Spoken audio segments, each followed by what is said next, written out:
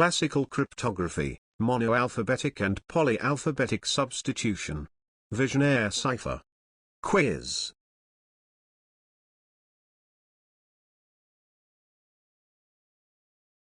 Why can the frequency analysis be not applied for the Vigenère cipher?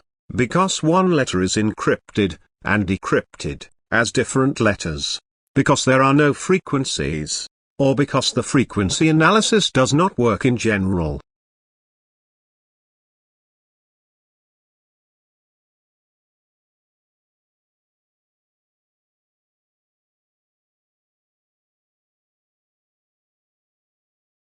What defines a polyalphabetic substitution?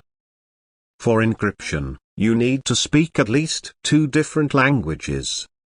The same letter can be encoded by different letters.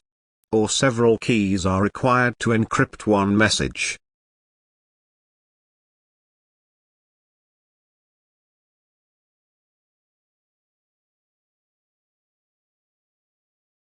Is it true or false that a tabula recta is a square table of alphabets, where each row is shifted 1 space to the left?